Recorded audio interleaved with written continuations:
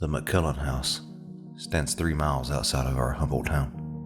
The 4-bedroom white farmhouse was built by Hiram McCullen in 1929, shortly after he was elected as county judge. At one time, it was the cultural hub of local politics.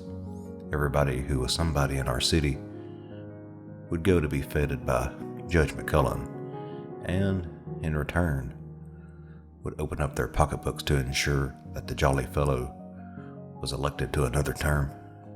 My great-grandpa, a county commissioner, talked about how extravagant and gaudy the parties were.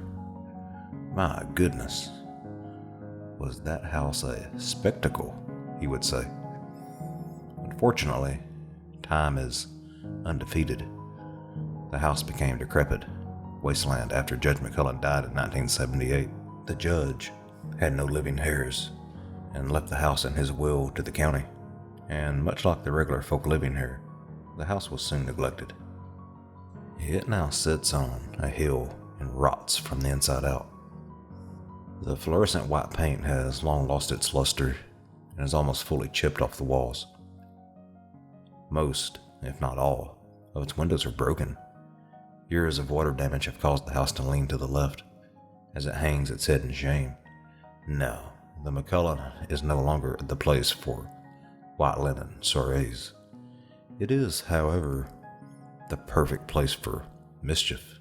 We got the call from Sonia Morris that a stranger was poking around in her flower beds last night. I sent Deputy Stevens to respond, figuring that Miss Morris was afraid of her shadow again. Sure enough, Stevens found a man in his underwear digging through Miss Morris's trash can. He chased the emaciated man through the woods before the man disappeared into McCullen house. When Deputy Stevens stepped up on the porch, he noticed a foul stench that could only indicate one thing.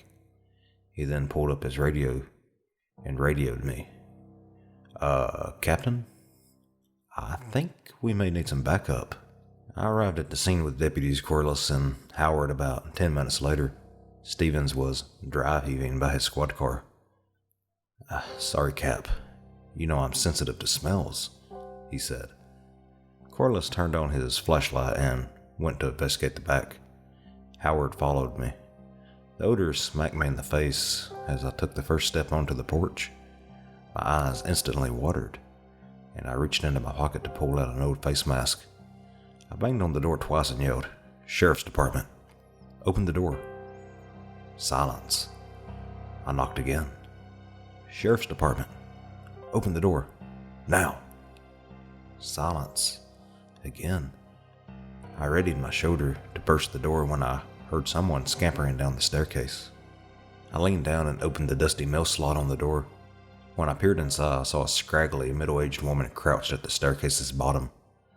Spindly wet hair clung to her head, and she wore nothing but panties and a tattered undershirt. She glared at me with an almost zealous hatred. "Go away, piggy. You will die here." She seethed. "Ma'am," I said, shaking, "I need to inform you that you're currently trespassing. Can you come outside and talk? We can help." The woman, now shivering, bolted up the stairs and around the wall. "Oh, Jesus Christ," Howard muttered. "Okay, Bill," I said to Howard. "Let's go in, Stevens. Go check on Corliss." I turned the knob, but it broke and rolled off the porch. The smell was the first thing we noticed. There was no other smell in the world quite like a decomposing body. I compare it to a rotten egg mixed with spoiled meat and perfume, but even that doesn't do it justice. Stevens and I first encountered a dead woman when old Lyle Tucker passed away from a heart attack alone in his motel room. We found him 2 weeks later. It took an eternity to get that stench off my body, and sometimes I even smell it in my dreams. What we were about to find was far worse than what we could have imagined. As we ascended the staircase in silence, besides the creaks, the entire house was eerily silent and devoid of light. We then heard muffled voices arguing with each other. They came from the room at the end of the hallway. "Sheriff's Department," I yelled. "Come out with your hands up. Now!" The voices stopped, and we heard more scampering followed by a door slamming shut. I signaled to move forward, and we marched toward the room. Before Howard could kick down the door, it flew open, and a naked man lunged at him. I pulled out my baton and thwacked him on his arms, but he was unfazed and wrestled Howard to the ground. "Oh, fuck, get him off of me," Howard yelled. I smacked the man a couple times, but resorted to my taser to put him down. Howard handcuffed the guy while he was still convulsing on the ground. Jesus Christ, Cap. I think his fucker was covered in shit. I looked closer at the man, now fully conscious and gnashing his jagged, filthy teeth at us. Surely enough, smeared all over the junkie was his own feces. Stay with him.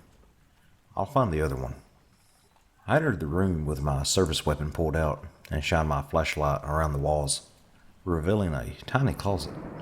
As I got closer to the closest hatch, I heard deranged whispering behind the walls. "Ma'am, if you're in there, I need you to come out now." The mumblings continued, this time getting faster and louder. "Ma'am, this is your final warning. Get out now. Leave this place now." A deep, curdling voice screamed at me. It hardly sounded human, and my heart began pounding. "Meddlers will be prosecuted." I took a deep breath and kicked the closet door down before jumping backward to give myself some space. Silence and stillness followed. I gulped and undid the safety on my pistol. "Ma'am, come out with your hand." Before I could finish my command, the woman on the staircase leapt from the darkness and charged towards me with a knife, screaming. I fumbled with my gun, but Howard put her down with his taser before I fired a shot. The woman crumpled to the ground, withered in pain. Howard quickly leapt on top of the junkie and cuffed her. I took a deep breath and leaned against the wall. "Thanks, Bill. Jesus, what a fucking night. When was the last time we had some fun?" Bill chuckled. "Haven't seen any action since that fucking biker fight in '08. I shook my head and rubbed my temples, trying to forget that I'd almost shot someone. My radio buzzed. Cap? It was Corliss. I forgot that he and Stevens went through the back. "Go ahead, Corliss." My radio buzzed again after a brief pause. "You're going to want to see this." Howard took the junkies to his squad car while I went downstairs to the basement to meet Stevens and Corliss. Another junkie they arrested was handcuffed, face down on the ground. Stevens was interrogating him. Corliss led me to one of the back rooms in the basement. Large streaks of dried blood were spread all over the walls. Large round candles were arranged in a circle around the floor. In the middle of the ring was a dead woman wrapped in an old bedsheet. Her corpse was already beginning to bloat. "Well," I said, "that explains the smell." Our coroner and Sheriff Whitley arrived minutes later to pick up the body. Sheriff Whitley shook his head and lit a cigarillo. "Well, shit. Looks like Miss Morris finally caught us out for something real." Whitley sighed and took a long drag. "Okay, let's go book them." We hosed the three cretins to sober them up and eliminate their stench. Stevens escorted them into different interrogation rooms. We started with a man Stevens and Corliss arrested in the basement. His name was Travis Aubrey, a meth head redneck from East Texas who had a rap sheet longer than his toenails. We talked for a bit after we gave him a cigarette. Said he joined the other two, a couple near Houston. They planned to rob some convenience stores and make enough to score big. "What about the girl?" Wheatley asked. Travis shrugged. "Some hitchhiker we picked up who knew a place to use. Maddie was her name. Or some shit like that. Didn't talk to her much." "How did she die?" Whitley asked. Travis took a puff of his cigarette. "Couldn't hang on, I guess. Think she croaked like a couple days after we got there. Dewey wrapped her in a bedsheet. I shook my head. And you didn't think to call anyone for help? Travis looked at me. No, sir, he said with contempt. I guess I was just too high.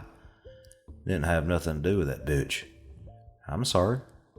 Am I a suspect? She OD'd, man.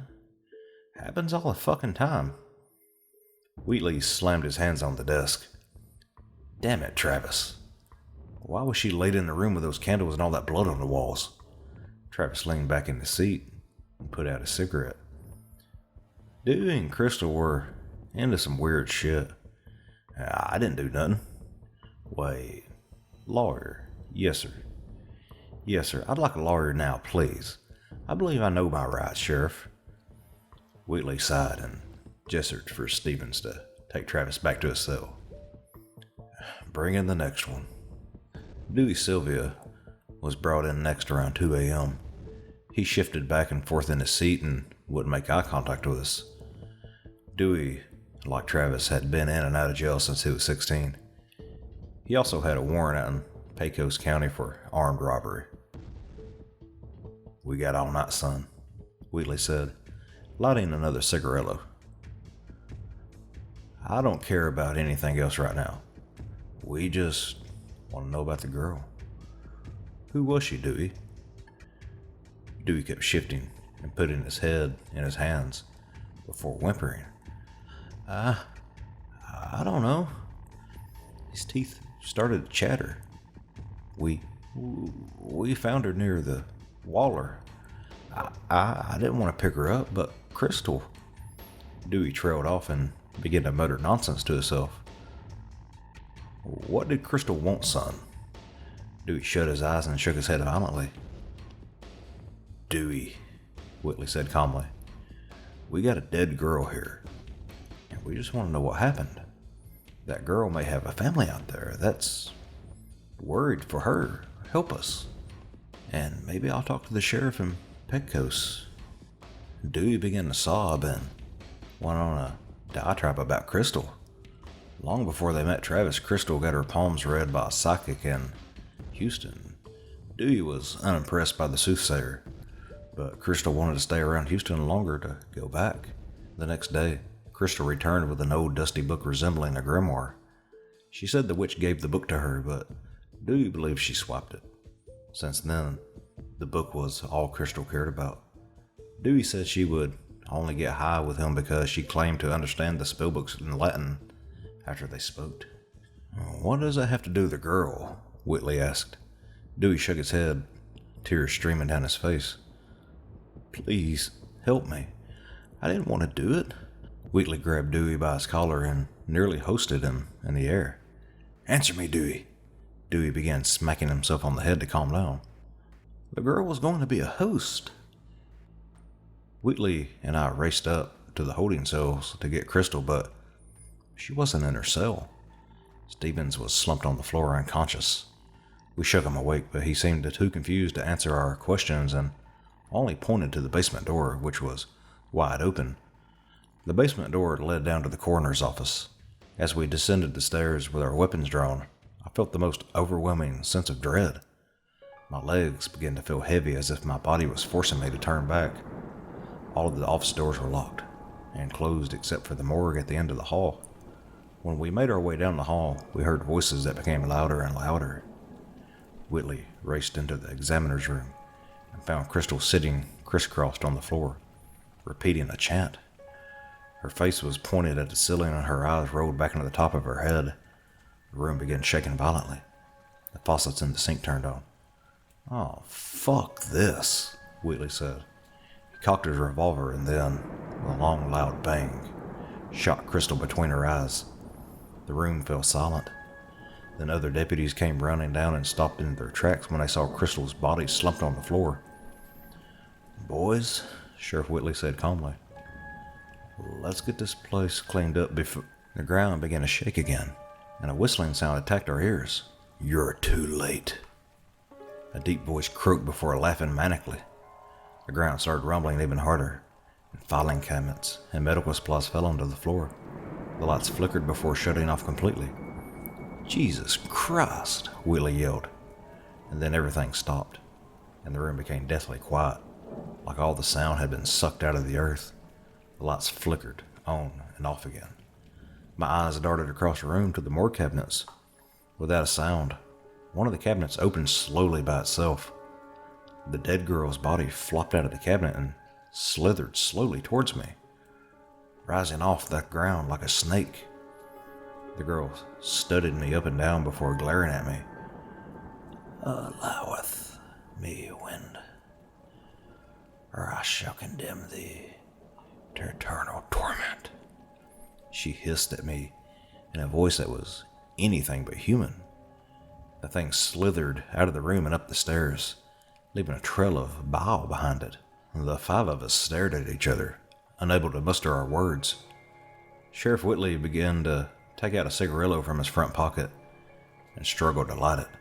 He took a long puff and then closed his eyes. "Boys, let's get the fuck out of here."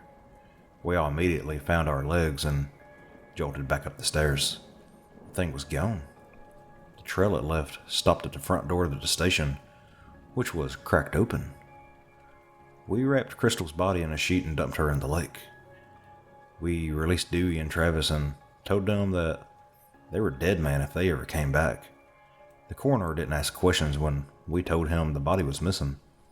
The county didn't pay him enough for extra bullshit. We continued on with our lives, arresting shoplifters and giving speeding tickets to distracted drivers. None of us ever went back to the McCullen house. Still, every now and then, old Sonia Moyers will call our station to inform us that strange noises and smells were coming from the McCullen house. I always tell her that we'll send someone out to investigate, but I never do. That house is nothing but mischief.